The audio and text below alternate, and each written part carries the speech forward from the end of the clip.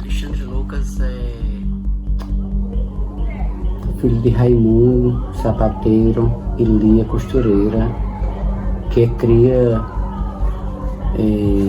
da beira da linha, da comunidade do Gesso, que cresceu vendo os urubus do prédio, cresceu escutando as conversas da comunidade, que teve toda a sua infância nesse espaço que é a comunidade do Gesso, né? Eu sou uma das pessoas que ocupou o Largo do Gesso, né? Onde hoje é a quadra, onde hoje é a praça, né? Onde antes era um depósito de gipsito, um depósito de gesso, onde era o parque de diversão das crianças aqui do entorno do largo, né? Então é esse espaço onde a gente brincava de soltar pipa, brincava de bola, brincava com a lama da gipsita, brincava de fazer caverna em cima das rochas de gipsita, subir em cima dos vagões, brincava de pegar begu nos vagões. Então toda a minha infância foi nessa área, e isso é muito significativo para mim, né? Porque depois de um tempo eu retorno para o mesmo lugar, né? E repenso esse lugar de uma outra forma, com outro olhar, né? Eu sou filho de um sapateiro e de uma costureira, então na minha infância eu tive a liberdade de manipular as revistas de manequim, né? As revistas de modelo, de brincar com as cores dos tecidos, né?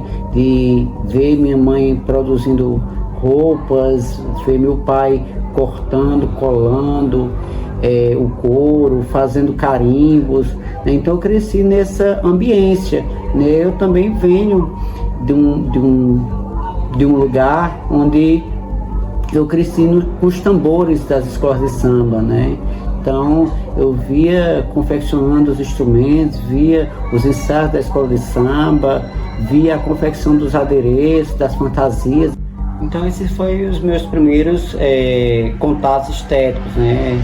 Eu cresci muito próximo à casa da minha avó paterna, então lá eu tinha também contato com minhas tias, que disponibilizavam revistas para a gente cortar, colar, né? E ao mesmo tempo elas tinham seus processos criativos. Então eu venho de uma família que tinha algum manuseio, né, estético, né, muito nesse aspecto do visual. Então eu venho também, né, dessa convivência na casa da minha avó. Então lá a gente tinha a oportunidade de manipular revistas, de cortar revistas, de colar.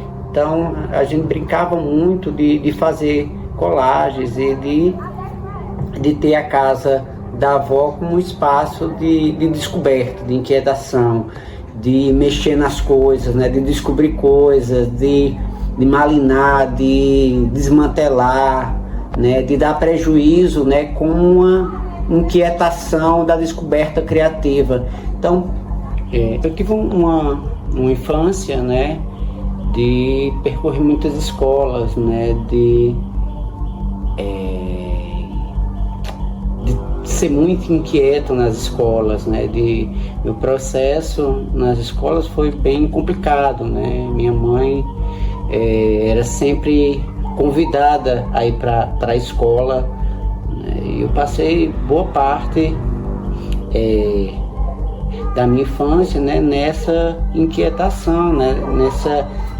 nesse processo de dificuldade de aprendizagem, eu comecei a ler já num período tardio, né? E isso gerou uma série de problemáticas para mim. Em 88, né, eu lembro bem dessa data, foi o ano que eu iniciei no judô, né? Então, meu ingresso no judô me possibilita um processo de regulação, né? Possibilita que eu tenha um outro trato comigo, né? Comece a me aquietar mais no espaço escolar, né? Então, essa atividade física, ela foi fundamental para mim.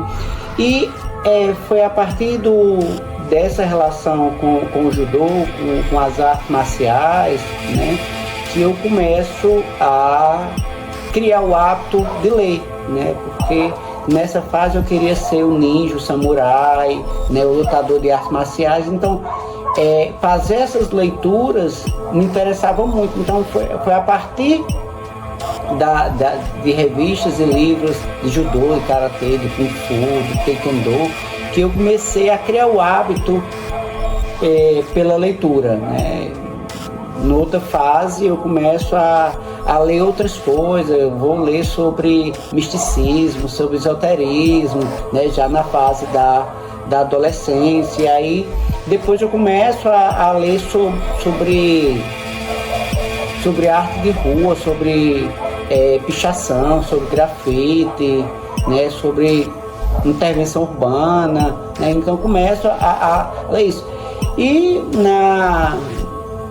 na saída da adolescência, né, é que eu vou me encontrar, né? Talvez eu tenha meus primeiros encontros comigo mesmo, que é quando eu ingresso no Partido Comunista do Brasil, né? E a primeira tarefa ao entrar no Partido Comunista, né, eu entro na juventude do partido, né, ingresso na União da Juventude Socialista, na UJS, minha escola de formação política. A primeira tarefa foi ser presidente da União dos Estudantes-Democratas, né? Eu não tinha nenhuma bagagem em entrar em sala de aula, em falar sobre o movimento estudantil, né? Mas esse foi o primeiro desafio, né? E aí, nesse processo, eu começo a conhecer pessoas, a começar a fazer outras leituras, ler sobre história, ler sobre filosofia, ler sobre sociologia, ler sobre movimento estudantil. Isso vai dar uma guinada na forma de pensar e de compreender a educação, né? Antes desse meu ingresso, né, no Partido Comunista, eu lembro que a gente criou um clube de amizade por correspondência, né? Então a gente tem alguns contatos, algumas pessoas de fora, e tem alguns amigos aqui. A gente começou a fazer o cruzamento de endereços de pessoas, e as pessoas começavam a criar amizades por correspondência, né? Era o tempo que não tinha a internet, que as pessoas ainda utilizavam as cartas, né? Posteriormente a isso, eu ingressei no Partido Comunista, na União da Juventude Socialista, né? Fui presidente da União dos Estudantes-Democratas. Então eu participei do movimento estudantil secundarista por um bom tempo. E essa participação no movimento secundarista, né, também faz com que eu comece a ter as primeiras aproximações com o movimento cultural da região, né, o movimento artístico. E então, a partir do contato com o Partido Comunista, com o movimento estudantil, que eu começo a fazer minhas primeiras aproximações com o movimento cultural do Cariri. Aqui foi quando Fernando Henrique veio aqui para o Cariri, né? E aí a gente recebeu reprimido pela polícia, né? Sei que Eu levei cacetadas na costela, um amigo nosso quebrou o braço, mulheres foram agredidas, né? Então, houve todo um cerco ao movimento social neste dia, né? Foi a vinda do ex-presidente Fernando Henrique Cardoso no Cariri, e aí houve muita repressão pela polícia. Então, esse aqui foi meu primeiro batismo de sangue, né, dentro do movimento social. A gente foi reprimido pela polícia militar na vinda do presidente Fernando Henrique Cardoso ao Cariri. Então essa aproximação com o movimento cultural da região, ela é importante para mim entender sobre esse universo, né? Sobre essa relação entre o popular e o erudito, entre a tradição e o contemporâneo, né? Para mim entender esse processo tão híbrido que é a produção estética da região do Cariri, né? Mas também ela é importante para mim reposicionar o meu olhar político em relação ao universo artístico e dizer que esse não é o local em que eu quero reproduzir as minhas ideias, né? Então eu começo a ter um outro olhar para essa produção, né? Pensando que num processo de produção estética aonde ela seja destinada para outro público e não para o universo estrelado dos artistas, né? Que é muito próximo do céu, muito distante da terra, né? Então tem muito artista que está muito num pedestal, né? Muito próximo ali do céu, das estrelas e tal. Então começo a discutir isso e a pensar numa produção estética e artística aonde o povo seja parte do processo, aonde o povo tenha acesso ao processo de discussão, de fruição, de produção. Então, esse é o universo que vai me encantar, que vai me aproximar e vai fazer com que eu politicamente defenda, né? Entender, né, a necessidade da democratização estética e artística para as camadas populares, né? Entendendo a arte enquanto um instrumento de humanização, um instrumento de redescobrir a si e o mundo, como um instrumento de instigamento do processo criativo, de percepção da realidade e de reposicionamento do olhar, e como também esse instrumento, né, que vai para além do entretenimento, é o instrumento da resistência, de repensar, de ressignificar a realidade, né? Então, pensar a arte enquanto esse instrumento humanizador que possa estar ligado às camadas populares. Começo a trabalhar aí, né, nessa dimensão política, e começo a acreditar isso. Posteriormente, a gente começa a pensar numa organização, né? Numa organização que juntasse também artistas, né? E a gente começa a pensar vários formatos de organização. A gente vai para participar do intercâmbio em São Paulo, vários artistas do Cariri, participar da Mostra das Artes do Cariri, que é uma mostra de artes visuais realizada pela Secretaria de Cultura do Estado.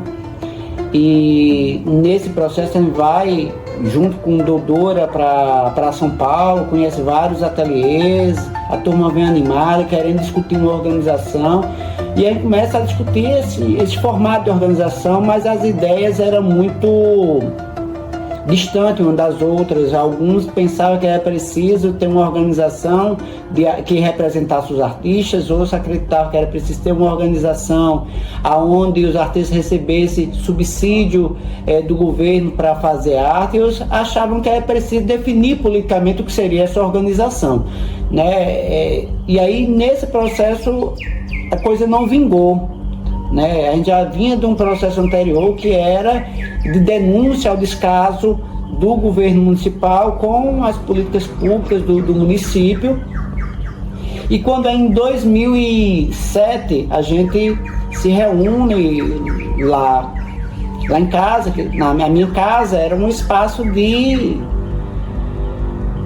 convergência, de juntar artistas. Então a gente, nas quartas-feiras, depois da aula da universidade, né, eu sempre estava pela universidade, então depois nas quartas-feiras, depois da aula, a gente ia para casa, umas 10 horas da noite, escrever poesia coletiva, conversar, desenhar, tomar um vinho. E aí nesse processo, né, a gente faz um sarau chamado Camaradas, que participa da Mostra Sesc, e posteriormente a isso a gente junta umas 3 pessoas, né, para criar uma organização, né, que essa organização a gente começou a definir algumas coisas. Primeiro, que não seria uma organização de artistas, seria uma organização que também teria artistas, mas teria pessoas de várias áreas de conhecimento, que seria uma organização que atuaria no campo da arte política e quando participasse do circuito oficial das artes, né, que é esse circuito estrelado, né, onde os artistas muito próximos do céu e das estrelas, né, a gente iria fazer isso com as camadas populares, né, com as pessoas que não tinham acesso a essa produção artística e estética. Então a gente começa a pensar em ocupar esses espaços do circuito oficial, né, com as camadas populares, com essas pessoas que não têm acessibilidade, pensando numa outra forma de perceber o processo de fruição. Começa a pensar também nessa dimensão de fazer uma arte para e com o povo, né? Quando a gente fala uma arte com o povo, a gente está pensando nesse processo de inclusão mesmo, de criar relações de pertencimentos, relações de pertencimento, de incluir as pessoas dentro do processo estético e artístico, nem que essa inclusão, ela, do ponto de vista inicial, seja carregar um balde de tinta ou um tubo de spray, né? Mas criar essas relações de pertencimento. E o para tem a ver em pensar uma arte que sirva ao processo de emancipação humana, de redescoberta do mundo em si, de ressignificação da realidade. Então a gente começa a trabalhar nesse parâmetro aí da arte com e para o povo. E aí é criado o coletivo Camaradas em 2007. Nesse processo de criação do coletivo Camaradas, logo no início a gente já nasce como um coletivo político, né, muito ligado ali às artes visuais, à literatura. E aí começa a manter diálogo com algumas organizações nacionais, como é o caso do Centro Universitário de Cultura e Arte da UNE, o CUCA da UNE. Então essa relação com o CUCA da UNE faz com que a gente se aproxime também dos pontos de cultura e de cultura viva, e aí posteriormente a gente vai criando laços com o pessoal do Fora do Eixo, né, com outros coletivos que dialogam nacionalmente. A gente começa a manter esses diálogos nacionais, que é importante para ampliar a nossa visão política e organizativa no campo das artes, né? A gente começa a dialogar com várias pessoas que têm compreensões parecidas com a gente, metodologias que dialogavam. Então a gente começa a tentar, né, criar esses laços de articulação nacionalmente. Isso é importante porque a gente vai criando metodologia de trabalho. E quando vai em 2013, a gente sentiu a necessidade de ter uma base social, né, para a gente experimentar o nosso discurso, né? Tem um laboratório social onde a cobaia desse laboratório fosse o nosso discurso. E aí a gente escolhe a comunidade do Gesso, né, para desenvolver essa ação, para criar esse laboratório, para ter uma sede aqui, né? A história da comunidade do Gesso como espaço de escolha, né, tem a ver porque a gente já tinha uma relação com esse lugar. a gente já tem algumas articulações aqui, como é o caso do projeto Nova Vida, que foi um dos principais parceiros nossos, e isso facilitava, né, a nossa atuação aqui. Os primeiros trabalhos que nós fizemos foi aqui na comunidade, que foi a produção de um documentário chamado Cabaré Memórias de uma Vida. Esse documentário foi para uma exposição de Aziz Wali no Centro Cultural do Banco do Nordeste, onde a comunidade foi para a abertura, foi fretado um ônibus. Depois esse documentário foi exibido na comunidade. Depois a gente começou a fazer algumas ações pontuais dentro da comunidade, né, como o Dia das Crianças, que tem uma outra perspectiva dessa lógica comercial, a pipada. Então começou a fazer uma série de ações dentro da comunidade que comungavam, né, com esse processo de experimentação. Então, posteriormente, em 2013, a gente começa a se instalar aqui, tem um laboratório, e aí a gente começa a enveredar por alguns caminhos que para a gente vai ser significativo. A gente já vinha desse processo da intervenção urbana, né, de discutir a ação da arte de rua. Então começa a discutir dentro aqui, a gente começa a querer entender o processo de ocupação dessa comunidade, o processo de organização dela, conhecer a história, conhecer as relações entre a comunidade e o território, e isso faz com que a gente comece a pensar essa relação da luta pelo direito à cidade, né? Então começa a enveredar e a caminhar por esse caminho aí da luta pelo direito à cidade, que já era o que a gente fazia, que a gente já discutia, mas aqui nesse laboratório a gente começa a ter uma perspectiva mais fortalecida, né? Então a partir disso a gente cria em 2015 o conceito do território criativo do gesso enquanto um território de articulação política, né? E aí a sacada do território, que é a metodologia de trabalho, de organização popular, né? Ele é uma sacada interessante, porque ele pega a comunidade, pega o lugar, né, chamado Comunidade do Gesso, e começa a perceber e a estudar qual é a relação que essa comunidade tem com o seu entorno. E a gente cria um território, em 2015, que a gente não está mais falando de uma comunidade pequena, a gente está falando agora de 5 bairros de uma cidade. Então, o território criativo do gesso, os bairros que estão no entorno da comunidade do gesso, isso aí compreende o Centro, o Pinto Madeira, o Santa Luzia, o Palmeiral e o São Miguel. Então a gente está falando mais de uma espacialidade pequena, a gente está falando de uma espacialidade composta de 5 bairros, que quando a gente vai perceber, né, nós vamos ter aí universidades, escolas de ensino fundamental, escola de ensino médio, igrejas católicas, centros espíritas, terreiros, hotéis, pousadas, várias unidades de saúde, vários pontos de cultura que atuam dentro desse território. Então a gente começa a perceber que esse território ele tem potência. Então começa a pensar esse território criativo do gesso como um território que ele pode criar relações de aproximação entre organizações da sociedade civil e do poder público, que pode integralizar a comunidade ao seu território, né?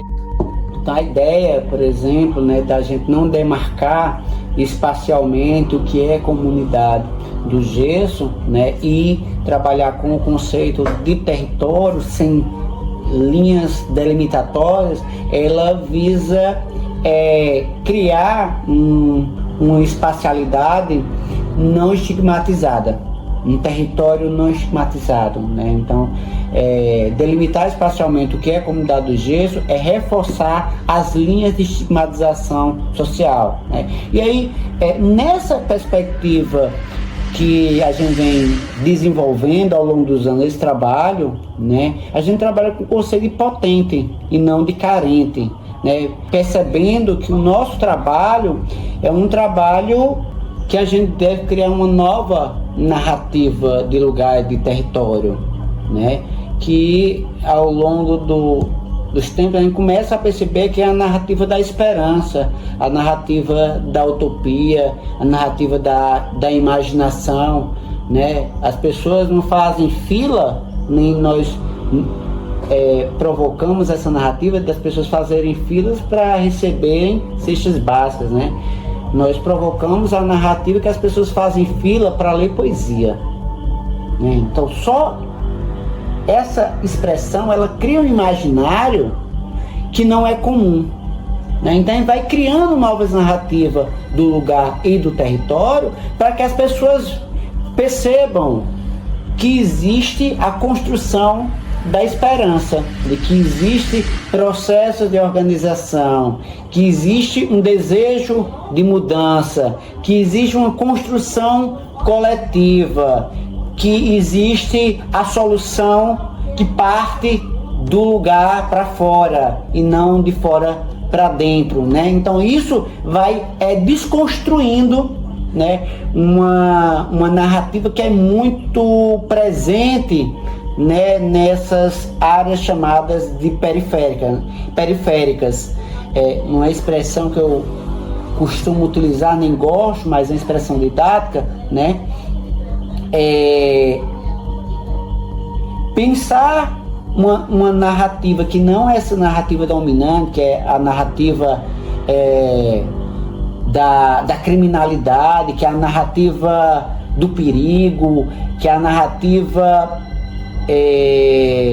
do vulnerável, que é a narrativa da estigmatização, mas pensar a partir de uma outra lógica de construção da notícia, né? Que é a notícia que cria esperança, que é a notícia que cria uma perspectiva de organização popular, que é a perspectiva que diz que as pessoas sentem, né?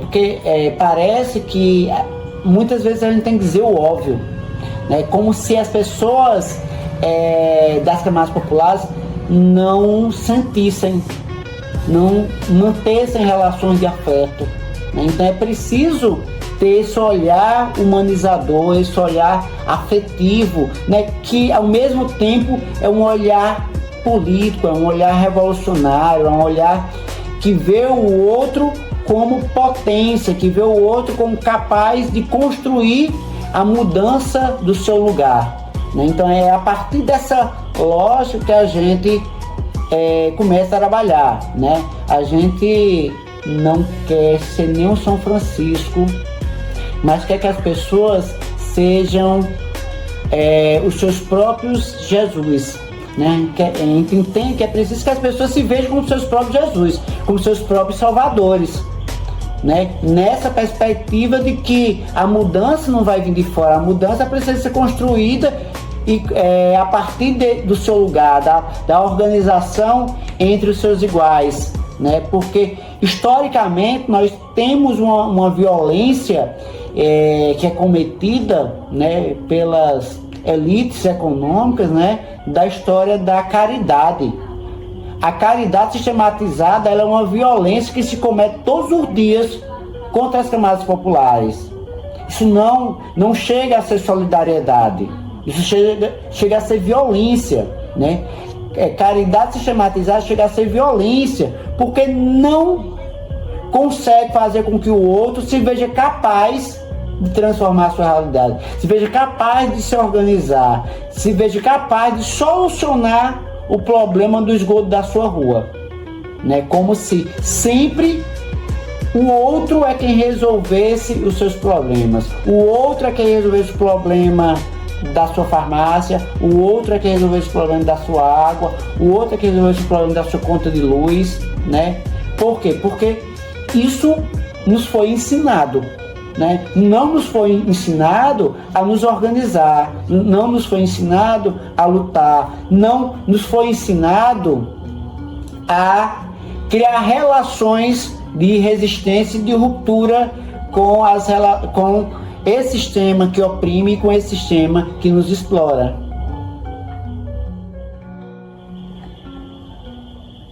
Você que fez? Foi. Quanto tempo? Já foi antes.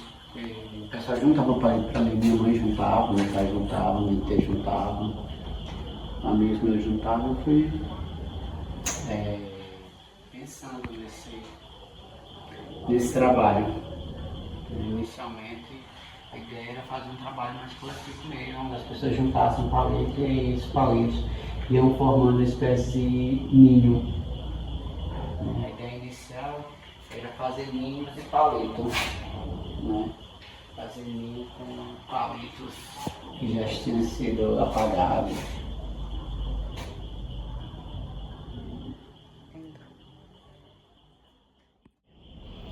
Então, gostaria de agradecer ao Luciana Cariri e a Arlinda Ventura, né, pelo registro dessa memória. Eu acho que isso tem uma significância afetiva e política para a memória do Cariri.